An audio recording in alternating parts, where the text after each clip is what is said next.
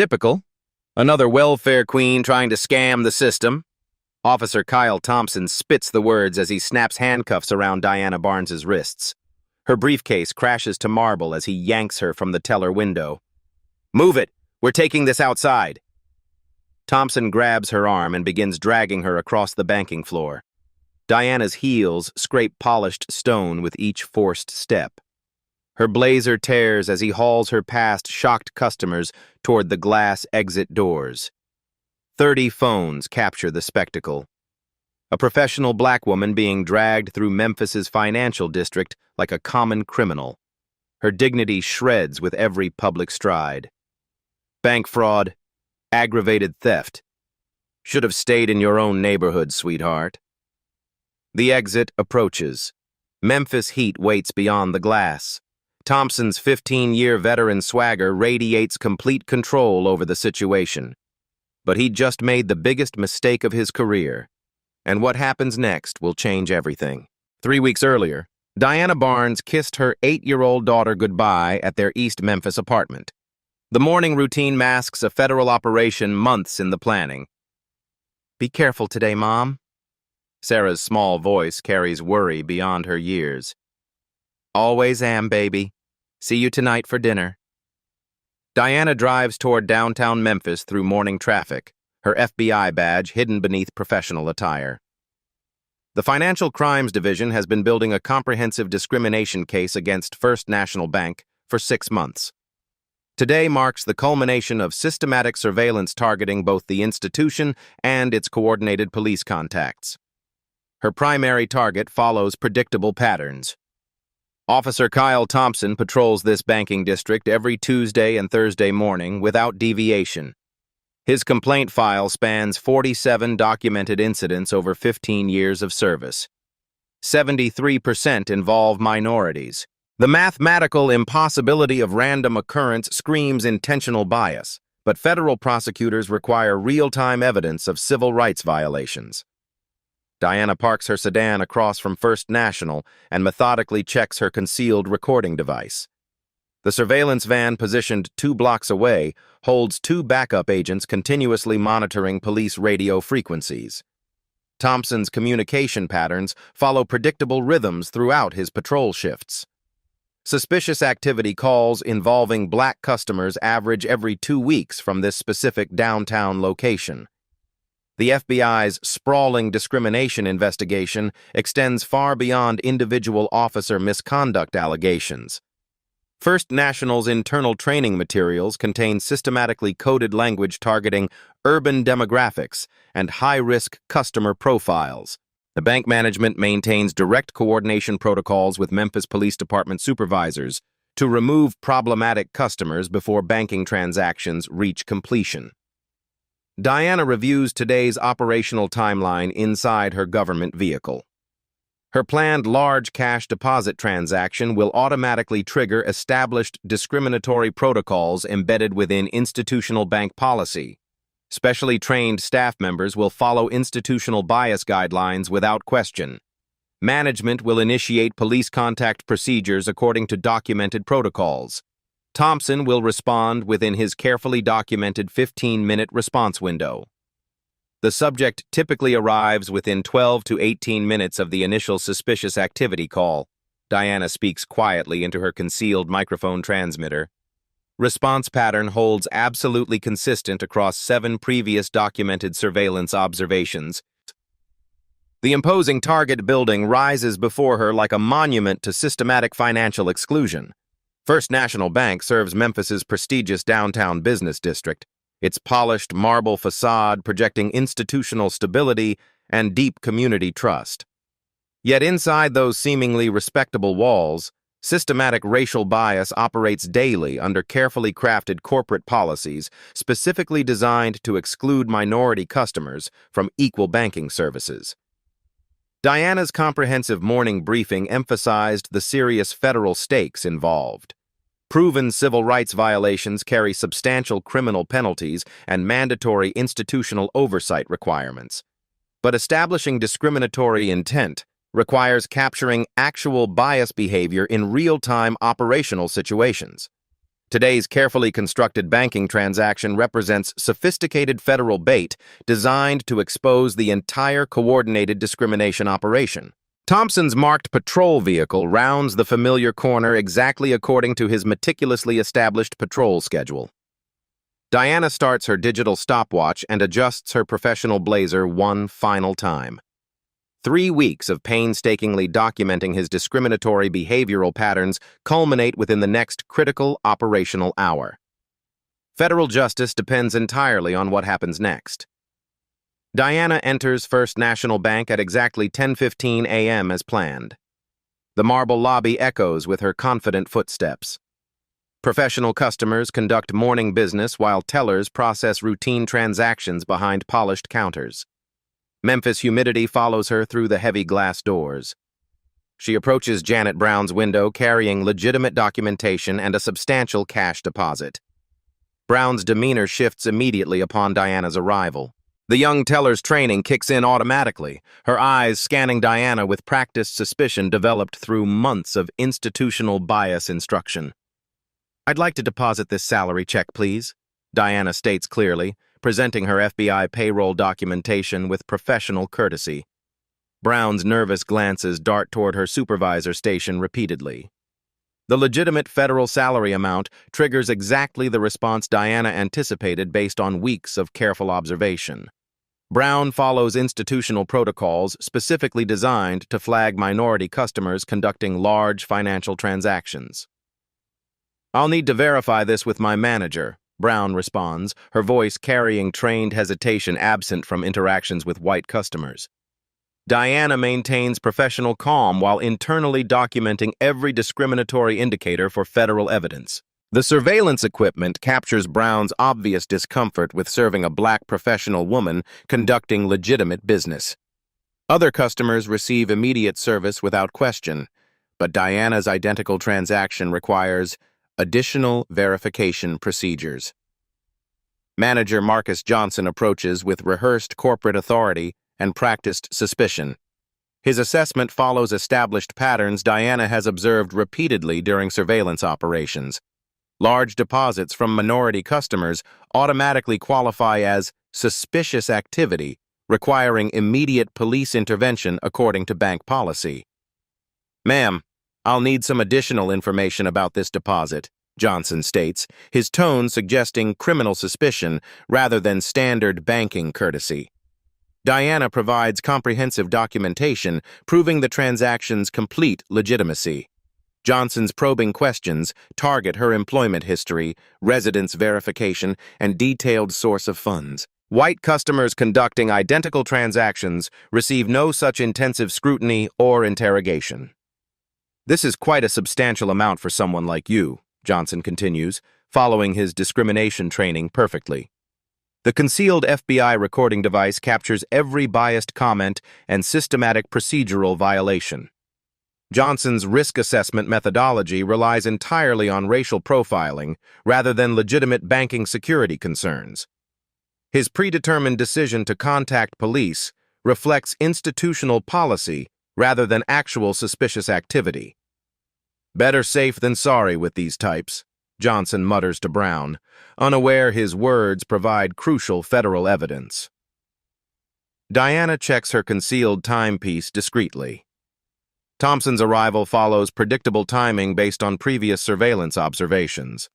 The coordination between bank management and local police demonstrates systematic civil rights violations operating daily.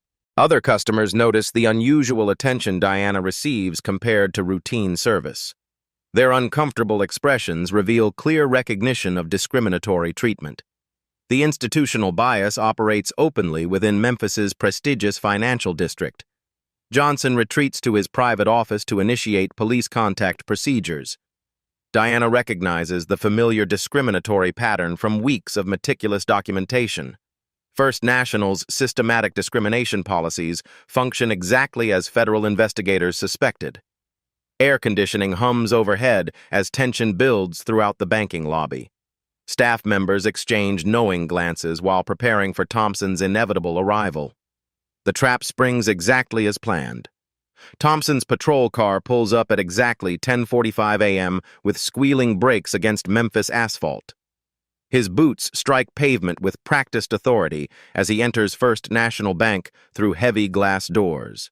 15 years of veteran confidence radiates from every deliberate movement. He surveys the banking lobby like a seasoned predator, assessing familiar hunting territory that belongs entirely to his jurisdiction. "What's the situation here?" Thompson demands, his commanding voice cutting through morning business transactions with an intimidating presence that silences nearby conversations immediately. Johnson points toward Diana with obvious relief washing across his increasingly nervous face. "Potential fraud case, officer. Large cash deposit from this individual. Something doesn't feel right about the whole transaction or her story. We've seen this type before attempting similar schemes." Thompson approaches Diana without requesting any explanation or reviewing documentation whatsoever. His racial assumptions form instantly upon seeing a professional black woman conducting routine banking business in Memphis's prestigious financial district. Years of systematic police training and deep personal bias merge seamlessly into predetermined racist conclusions about her inevitable criminal intentions. "Ma'am, I need you to step away from the counter immediately," Thompson commands, his hand resting threateningly on his holstered service weapon while other customers watch nervously. Diana attempts calm, professional explanation despite rising institutional tension throughout the crowded lobby.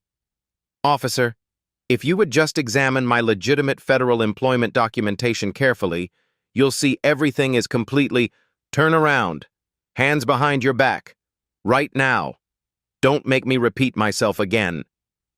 Cold metal handcuffs snap around Diana's wrists with deliberate, excessive force that makes her wince visibly. Thompson applies brutal pressure far beyond operational necessity, ensuring maximum physical discomfort and systematic public humiliation before the watching crowd of banking customers. 30 business professionals observe the unfolding racial spectacle through raised smartphone screens, capturing every degrading moment for social media documentation. "You're under arrest for bank fraud and attempted theft," Thompson announces loudly, ensuring maximum public embarrassment throughout the marble lobby, where Memphis's elite conduct their daily business transactions. Diana maintains professional dignity despite systematic degradation and institutional abuse specifically designed to break her spirit completely. "Officer Thompson, this is a complete misunderstanding that can be easily resolved through proper documentation review and verification."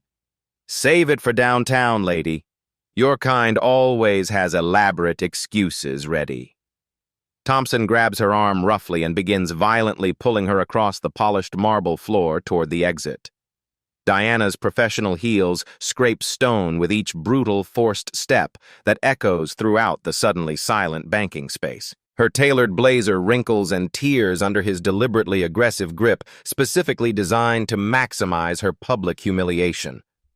Banking customers part like frightened water as Thompson drags his prize toward the glass exit doors with obvious satisfaction.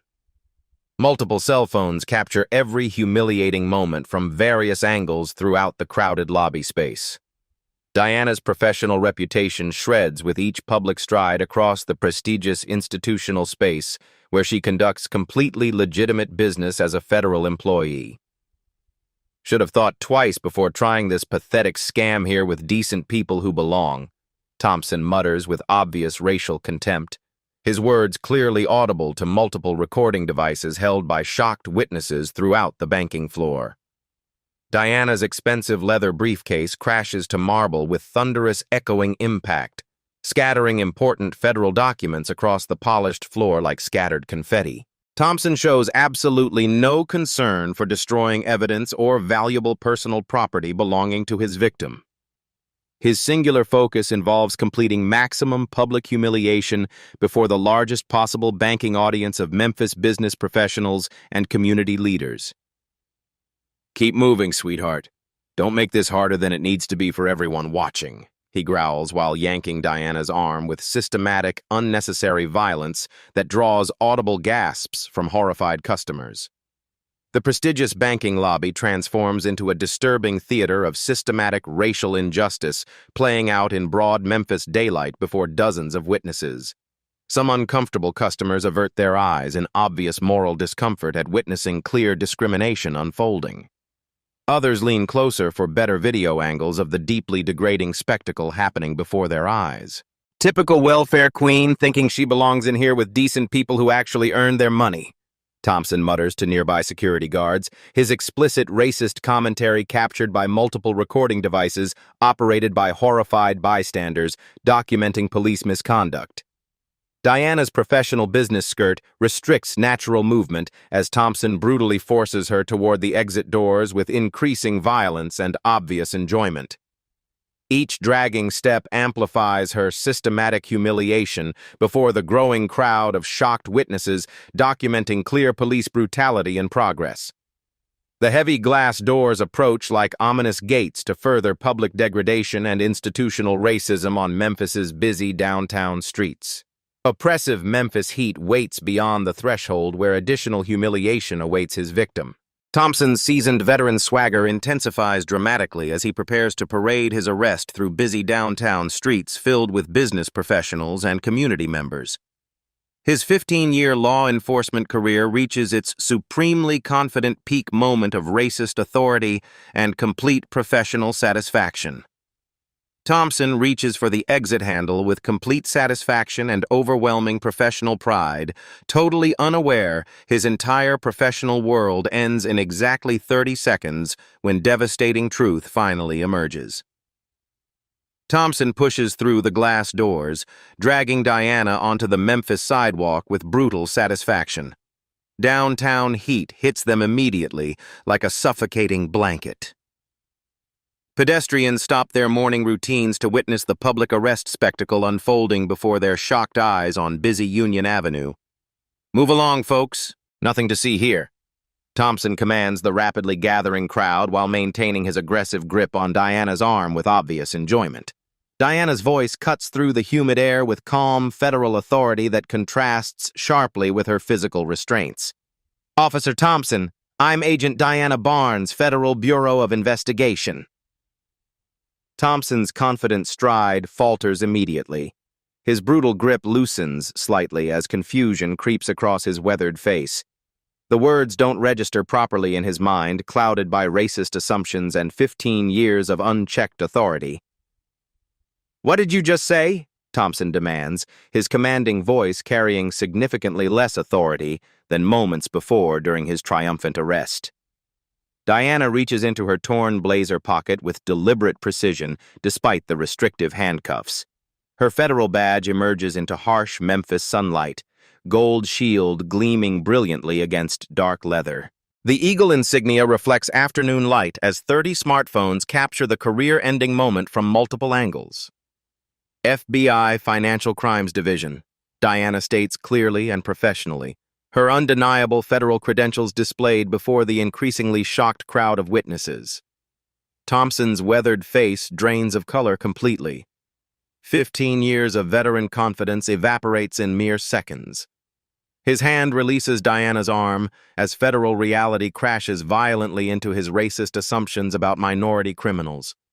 The badge represents federal authority completely beyond his local jurisdiction. I was following standard department procedure," Thompson stammers pathetically, his voice cracking with sudden panic and growing terror. The gathered crowd gasps audibly at the dramatic power reversal. Cell phones refocus instantly from Diana's systematic humiliation to Thompson's complete professional devastation. Power dynamics shift irreversibly on Memphis concrete. The predator becomes prey before dozens of documented witnesses. "Agent Barnes, Federal Bureau of Investigation," Diana repeats calmly, allowing the devastating federal authority to sink completely into Thompson's consciousness. Thompson's police radio crackles with routine patrol chatter. His backup officers arrive precisely in time to witness their colleague's career-ending mistake. Memphis Police Department supervisors will receive reports about this incident within minutes of its conclusion. "Ma'am, Agent, I had no way of knowing," Thompson whispers desperately, his racist swagger completely replaced by pure terror. Diana maintains perfect professional composure despite her systematic degradation and public humiliation moments earlier inside the bank. For 3 weeks, Officer Thompson, the Federal Bureau of Investigation has been systematically documenting your established pattern of discriminatory behavior. The words impact Thompson like devastating physical blows. Federal surveillance operations, official documentation, pattern recognition analysis.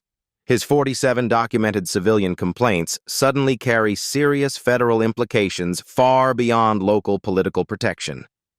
Banking customers emerge from First National to witness Thompson's public humiliation and professional destruction. Manager Johnson appears nervously in the doorway, his face reflecting pure panic at massive institutional liability. The bank's systematic discrimination policies now face comprehensive federal scrutiny.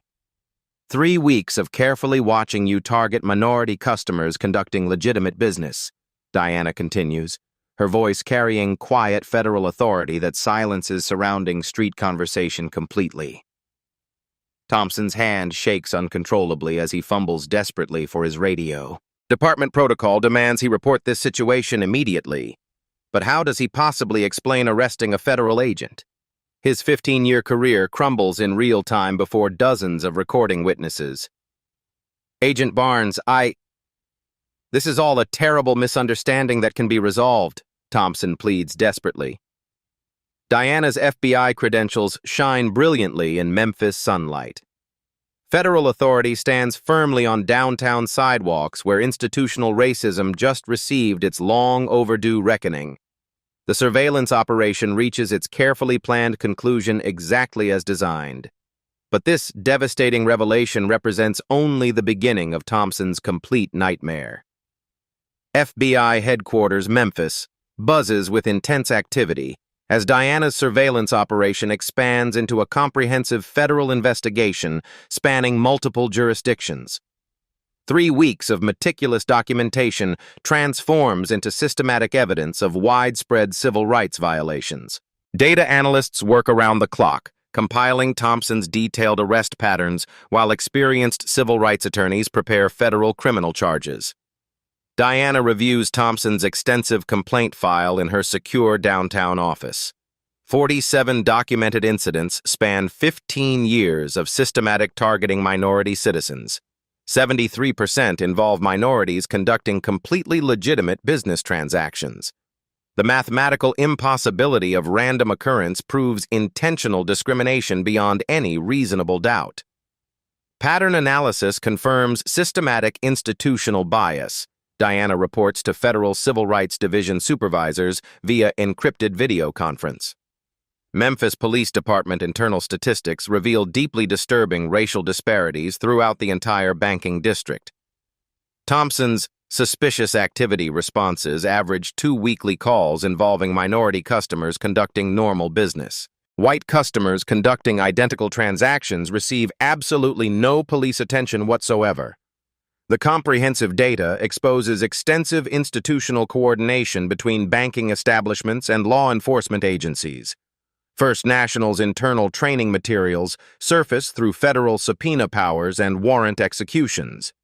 Employee handbooks contain systematically coded language targeting urban demographics and high-risk customer profiles throughout all operational procedures. Management explicitly instructs staff to contact police immediately when minority customers attempt large transactions, regardless of complete legitimacy. Enhanced screening protocols for urban customers, reads one particularly damning memo discovered in Manager Johnson's locked office files. Diana's expanding investigation uncovers dozens of similar victim testimonies across Memphis's entire banking district.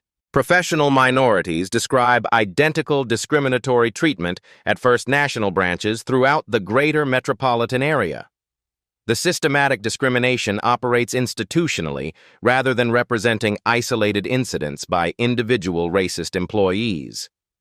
Dr. Patricia Williams, prominent Memphis physician, describes her humiliating experience 6 months earlier during federal testimony. Same bank, Same manager Johnson. Same police response pattern. They treated my legitimate medical practice deposit like obvious criminal activity requiring immediate law enforcement intervention. Attorney James Mitchell recalls identical treatment when depositing substantial legal settlement funds for clients. Manager Johnson called Officer Thompson specifically by name. They clearly have established coordination protocols for systematically targeting minority professionals conducting legitimate business transactions. And federal surveillance recordings capture explicit coordination between bank management and Memphis Police Department dispatch operations. Radio communications reveal predetermined responses to minority customer presence throughout the banking district. Thompson's police dispatcher receives coded discriminatory language, triggering automatic police response to First National locations. We've got another urban situation developing at First National. Dispatcher communications reveal systematic bias embedded within official police department procedures. Diana's investigative team discovers Thompson's annual performance evaluations consistently praising his proactive community policing throughout the banking district. Police supervisors reward his frequent arrests and aggressive crime prevention activities without investigating obvious discrimination patterns. The Memphis Police Department systematically incentivizes racial profiling through official recognition and career advancement. Bank employee interviews expose extensive institutional pressure to report minority customers conducting normal business. Tellers receive systematic discrimination training cleverly disguised as security protocols.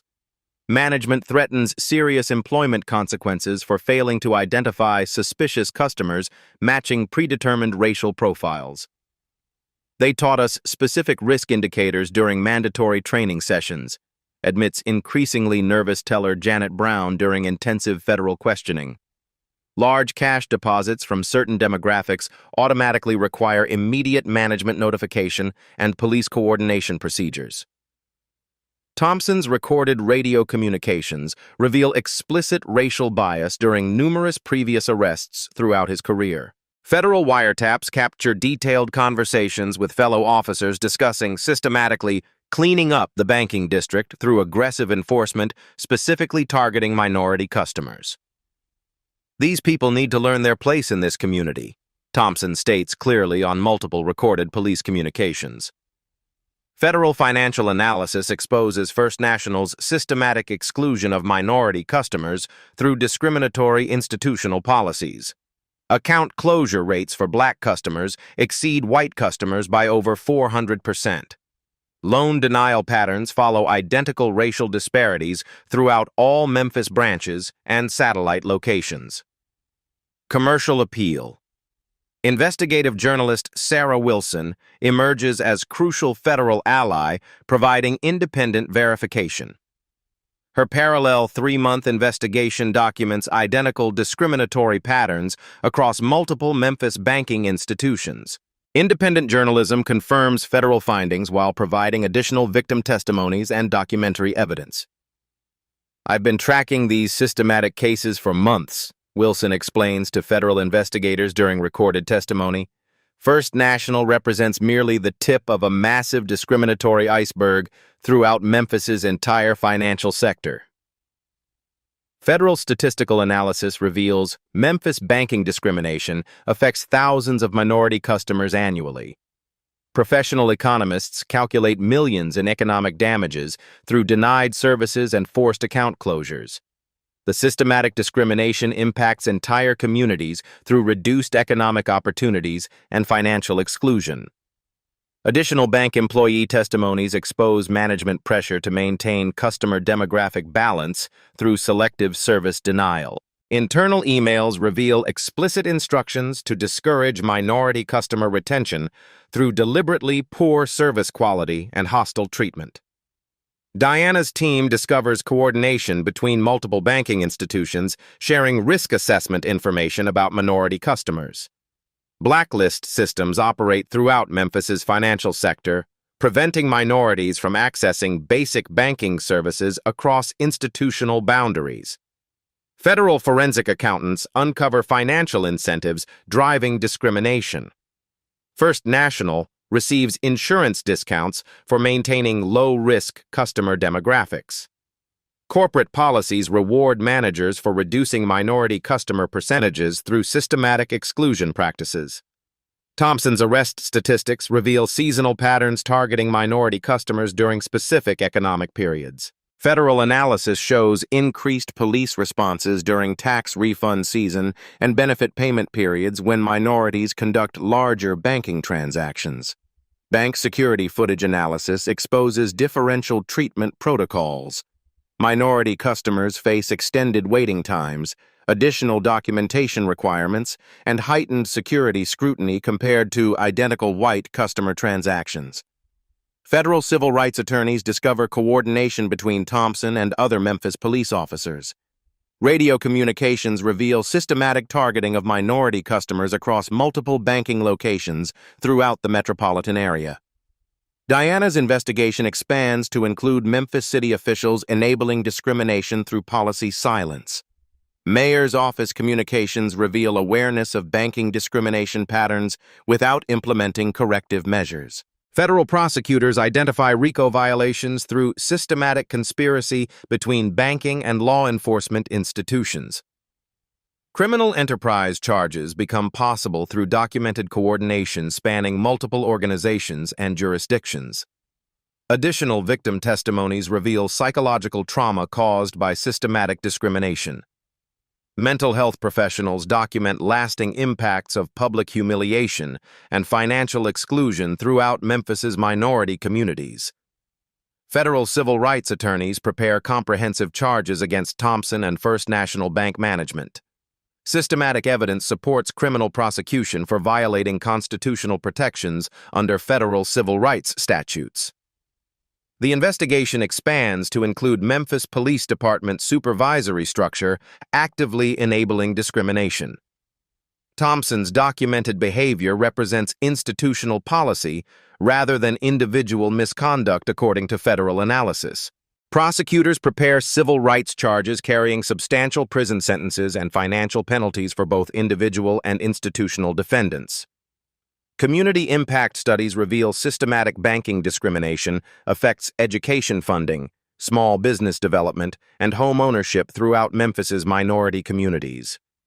The economic consequences extend far beyond individual victim experiences into generational poverty patterns. Share your own banking discrimination experiences in the comments below. Your voice matters in fighting systematic injustice. The evidence mountain grows higher, but powerful institutional forces prepare to protect themselves.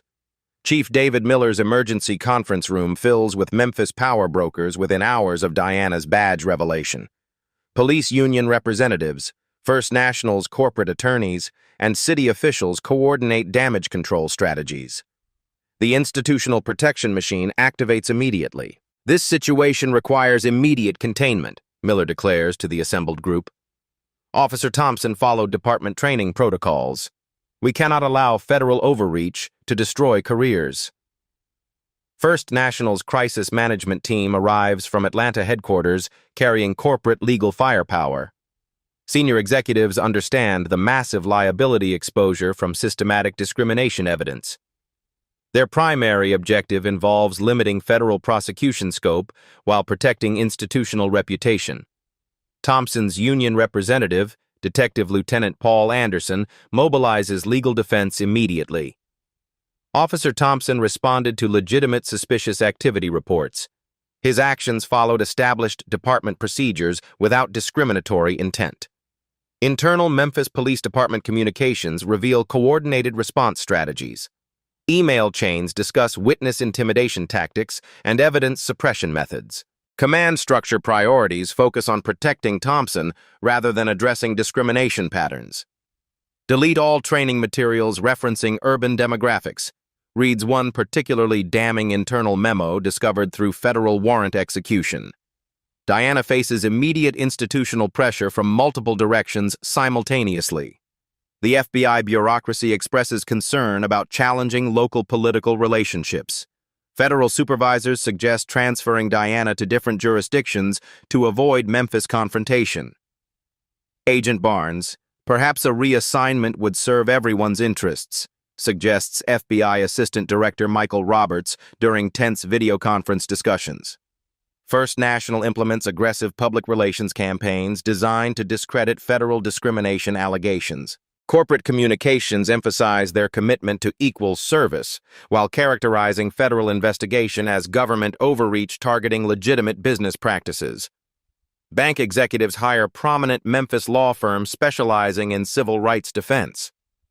Legal strategy focuses on challenging federal jurisdiction while questioning FBI surveillance methods. Corporate attorneys prepare constitutional challenges to federal evidence gathering. Thompson receives full department support despite mounting federal evidence. Memphis Police Department maintains his innocence while characterizing discrimination allegations as politically motivated attacks on law enforcement. Union protection shields Thompson from internal discipline pending federal resolution. Officer Thompson maintains he followed standard protocol for suspicious activity reports, states the official department response to media inquiries. Political pressure emerges from Memphis tourism industry concerned about national attention on racial discrimination. City council members receive corporate lobbying emphasizing economic consequences of federal civil rights investigations. The business community mobilizes against federal intervention. Memphis Mayor Jennifer Williams faces conflicting pressures between federal compliance and local political relationships. Corporate donors threaten campaign support withdrawal if discrimination investigations proceed unchecked. Political survival requires balancing federal cooperation with local business interests. Federal witness intimidation begins subtly through economic pressure tactics.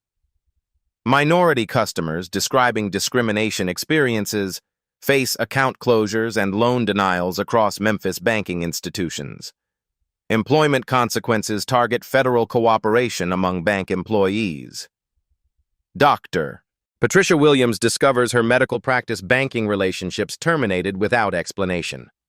Professional minorities providing federal testimony experience systematic financial exclusion throughout Memphis's business community.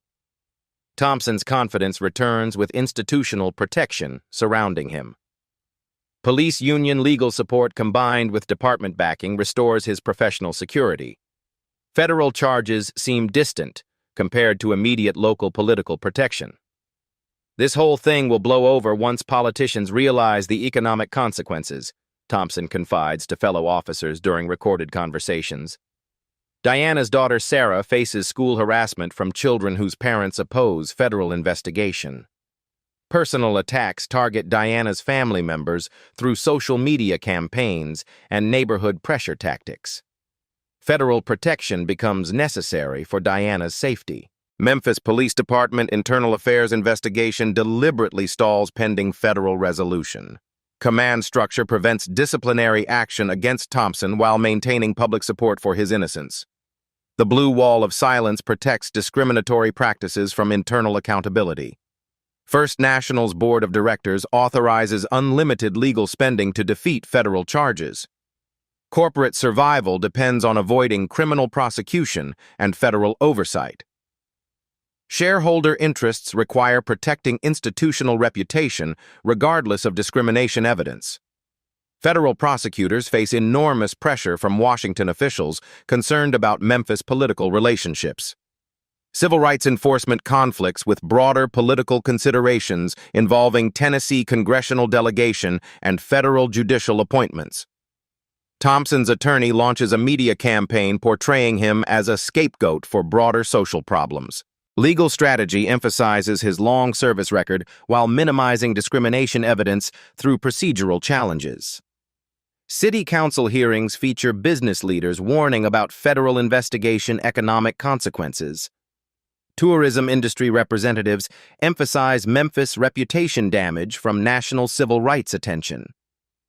Corporate pressure intensifies against federal cooperation. Diana discovers surveillance of her personal activities by unknown parties. Professional intimidation tactics escalate beyond official channels into private investigation harassment. Federal protection services monitor threats against Diana and her family. The institutional machinery protecting discrimination operates at full capacity against federal accountability. Diana sits alone in her FBI office at midnight, Memphis city lights flickering through rain-streaked windows. 3 weeks of evidence surrounds her in neat federal files, but institutional power seems insurmountable. The weight of fighting systematic racism presses down like oppressive humidity. Her desk phone remains silent. Federal supervisors avoid returning calls about prosecution timelines. Washington bureaucrats express growing concern about challenging Memphis' political establishment. The civil rights investigation faces bureaucratic strangulation. Maybe we should consider alternative approaches, Assistant Director Roberts suggested during today's uncomfortable video conference. Translation: abandon the case. Sarah calls from her grandmother's house where Diana sent her for safety. "Mommy, when can I come home? The kids at school are being mean about the news stories." Diana's heart breaks hearing her daughter's confused voice. Fighting institutional racism costs more than career advancement. Family safety becomes collateral damage in federal civil rights enforcement. Memphis Police Department rallies completely around Thompson with renewed confidence. Command structure promotes his case as victimization by federal overreach. Union support provides unlimited legal resources while shielding him from accountability. Thompson returns to active duty with full departmental backing. His patrol route includes the banking district where discrimination continues unchallenged. Federal investigation changes nothing about daily operations. First National Bank operations continue normally despite federal scrutiny. Management implements minimal adjustments while maintaining discriminatory practices through subtle modifications. Corporate attorneys delay federal proceedings through procedural challenges. A leaked internal bank memo surfaces through anonymous whistleblower channels. Diana reads the devastating document with growing despair. Enhanced screening protocols for urban customers remain essential for institutional security, the memo states explicitly. Federal investigation requires operational adjustments without policy abandonment. The smoking gun proves systematic discrimination continues despite federal attention. Corporate leadership prioritizes protecting discriminatory practices over complying with civil rights laws. Institutional racism adapts rather than disappears. Diana's isolation intensifies as federal support evaporates under political pressure. Colleagues avoid association with controversial investigations. Career advancement opportunities disappear while administrative obstacles multiply exponentially. Federal witnesses face escalating economic retaliation throughout the Memphis business community. Dr. Patricia Williams loses hospital privileges without explanation. Attorney James Mitchell discovers client referrals mysteriously decreasing after federal testimony. Community intimidation operates through economic pressure rather than direct threats. Minority professionals understand the consequences of supporting federal civil rights enforcement. Silent compliance becomes a survival strategy. Thompson's recorded communications reveal growing confidence about avoiding federal prosecution. Police union attorneys assure him that political pressure will neutralize federal charges.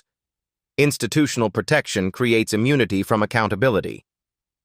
These federal types always back down when real pressure starts, Thompson states clearly on wiretapped conversations. Memphis takes care of its own. Federal grand jury proceedings face delays through defense motions and procedural challenges. Civil rights prosecution requires sustained federal commitment against local political resistance. Washington support seems increasingly uncertain. Diana's FBI performance evaluations reflect bureaucratic displeasure with controversial investigations. Career advancement depends on avoiding politically sensitive cases.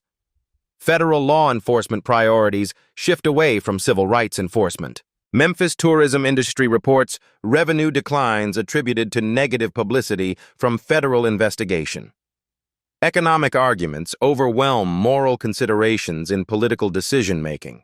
Corporate interests triumph over constitutional protections. Diana stares at evidence files knowing truth isn't enough without institutional courage. Federal civil rights enforcement requires political will that seems absent. Systematic discrimination continues, while justice waits for convenient timing.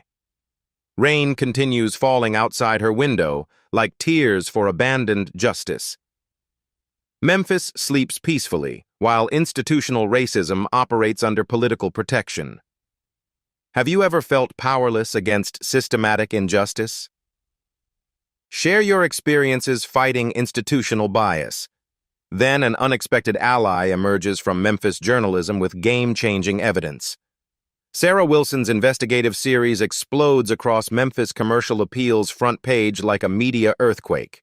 Banking While Black in Memphis features devastating documentation paralleling Diana's federal evidence. Independent journalism validates everything federal investigators discovered. "This happened to me, too," floods Wilson's email inbox within hours of publication. The Memphis minority community finds courage through shared experiences. Individual shame transforms into collective outrage against systematic discrimination. Wilson's 3-month investigation uncovers identical patterns across multiple Memphis banking institutions. Her documentation extends beyond First National to reveal citywide discrimination networks. Independent verification destroys corporate claims about isolated incidents. Dr. Patricia Williams reads Wilson's series with tears of vindication. "Finally, someone believes us. We're not crazy. This really happens to professional minorities throughout Memphis." Social media erupts with hashtag banking, while black trending nationally within 24 hours. Memphis stories inspire similar testimonies from minorities across America. Local discrimination becomes national civil rights conversation. Memphis NAACP mobilizes community support around Diana's federal investigation. President Minister Robert Johnson organizes public meetings featuring discrimination survivors. Community solidarity replaces individual isolation in fighting institutional racism. Agent Diana Barnes risked everything to expose this systematic injustice, Johnson declares to packed church gatherings.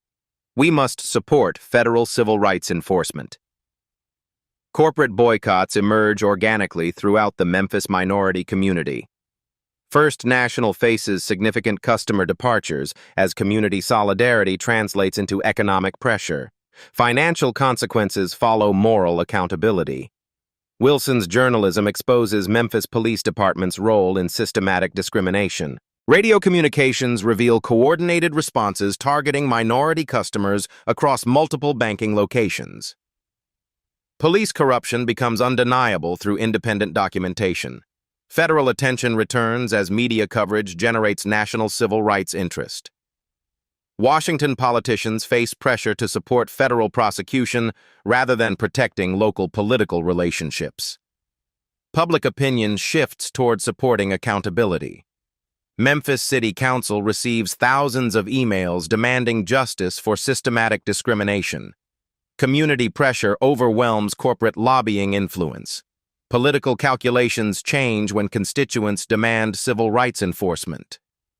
Thompson's union support wavers as public opinion turns against institutional protection of racism. Police officers distance themselves from defending obvious discrimination. The blue wall of silence cracks under community pressure. Additional victims emerge daily sharing identical experiences at Memphis banking institutions. Pattern documentation becomes overwhelming through community testimonies. Systematic discrimination evidence multiplies beyond corporate denial capacity. Wilson connects Diana with community organizations providing federal investigation support. Grassroots coalition replaces bureaucratic isolation with popular backing. Federal agents no longer fights institutional racism alone. The people of Memphis deserve equal treatment in financial institutions, Wilson writes in her concluding editorial. Federal civil rights enforcement protects constitutional guarantees. Memphis business community recognizes economic consequences of supporting discrimination.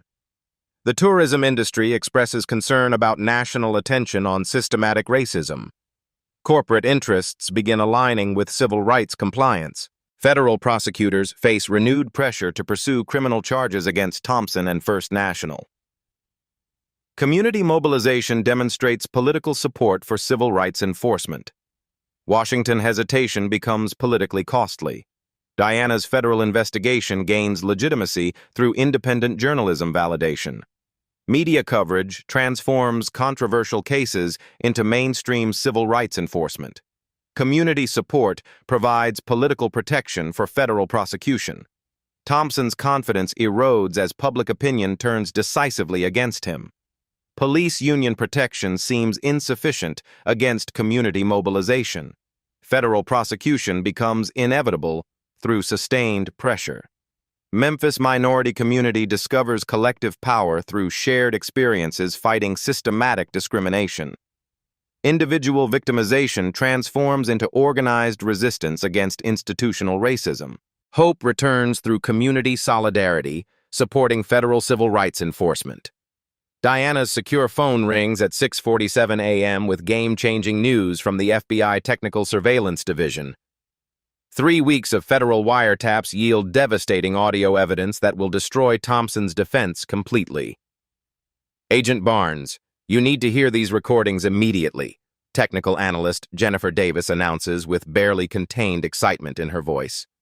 Federal surveillance equipment captured real-time conversations between Thompson and Manager Johnson, coordinating discriminatory responses. Audio quality remains crystal clear, with zero interpretation needed. Their own voices provide undeniable evidence of systematic racial profiling. Just another suspicious black customer trying to scam the system, Thompson's voice states clearly on a recorded phone conversation with Johnson during Diana's banking transaction. The federal recording captures Johnson's immediate response coordinating police intervention. I'll call you directly, Kyle. You know how to handle these people appropriately. Thompson's explicit bias emerges throughout multiple recorded conversations spanning Diana's 3-week surveillance operation. Federal wiretaps document systematic coordination between police and banking institutions targeting minority customers conducting legitimate business. These urban types think they belong in respectable banking establishments, Thompson states during another recorded conversation. We need to remind them about appropriate boundaries. Audio evidence reveals predetermined responses to minority customer presence at First National.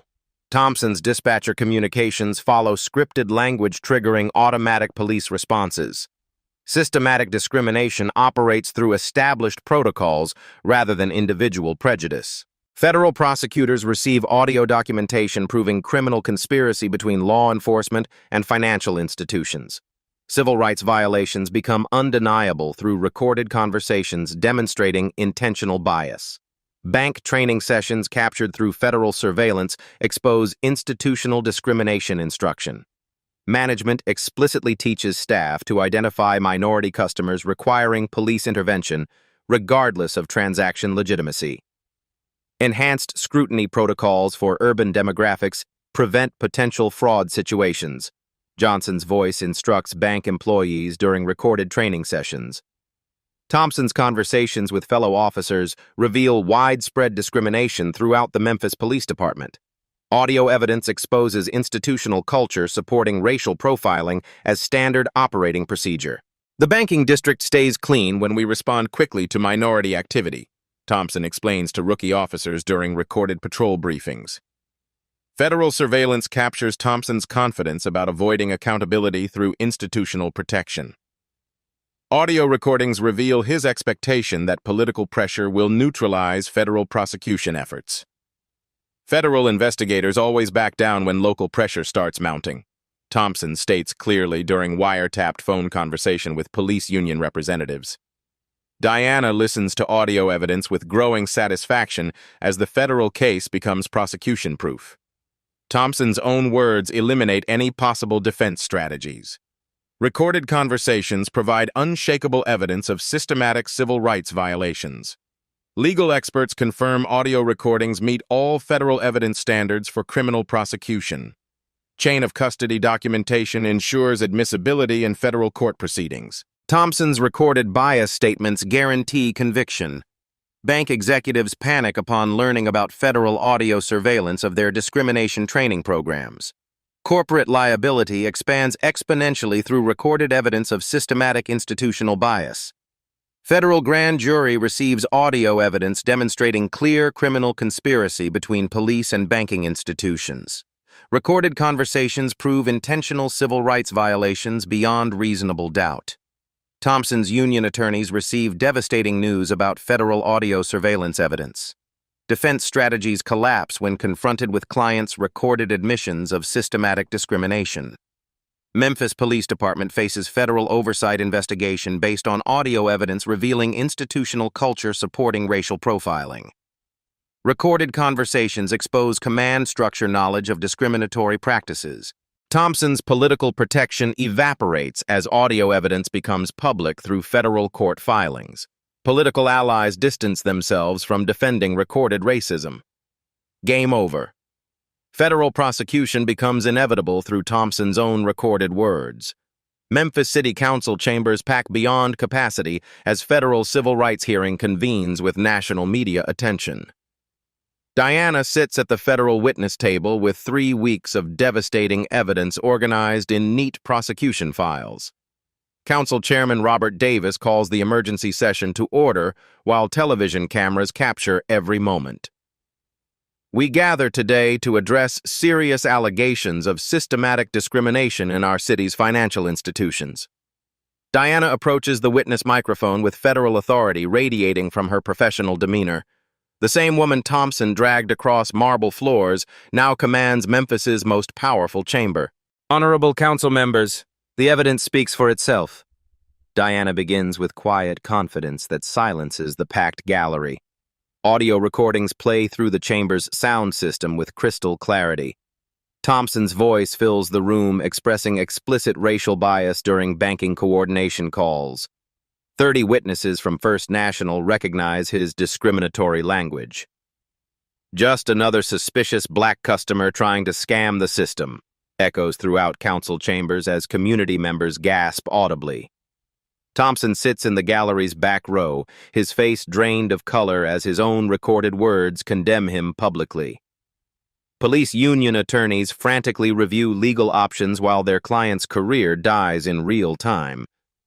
Johnson's recorded voice follows Thompson's bias with institutional confirmation. I'll call you directly, Kyle. You know how to handle these people appropriately. Federal prosecutors present systematic evidence through Diana's testimony. Banking discrimination patterns emerge clearly through statistical analysis, spanning 15 years of documented complaints against Thompson. Community members provide powerful victim impact testimony describing identical discriminatory treatment at First National. Dr. Patricia Williams recounts her humiliating experience while Thompson watched from across the packed chamber. Same bank, same manager, same police response pattern, Williams testifies with dignified anger. They treated my legitimate medical practice deposit like obvious criminal activity. Thompson's recorded conversations with fellow officers reveal institutional discrimination throughout the Memphis Police Department. Audio evidence exposes command structure knowledge and approval of systematic racial profiling. Memphis Mayor Jennifer Williams faces community pressure to implement immediate reforms. Political survival requires distancing herself from Thompson while supporting federal civil rights enforcement. First National's corporate representatives attempt damage control through prepared statements emphasizing commitment to equal service. Their words ring hollow against recorded evidence of systematic discrimination training. First National Bank maintains that our policies are applied equally to all customers regardless of race, states corporate attorney Michael Turner with obvious discomfort. Council members express outrage upon hearing audio evidence of systematic bias operating in their city. Political pressure intensifies for immediate accountability and comprehensive reform measures. Federal Civil Rights Division announces comprehensive investigation into Memphis Police Department practices. Thompson's recorded communications trigger federal oversight of institutional discrimination patterns. Community activists demand Thompson's immediate termination and criminal prosecution. Public pressure overwhelms police union protection as recorded evidence eliminates possible defenses.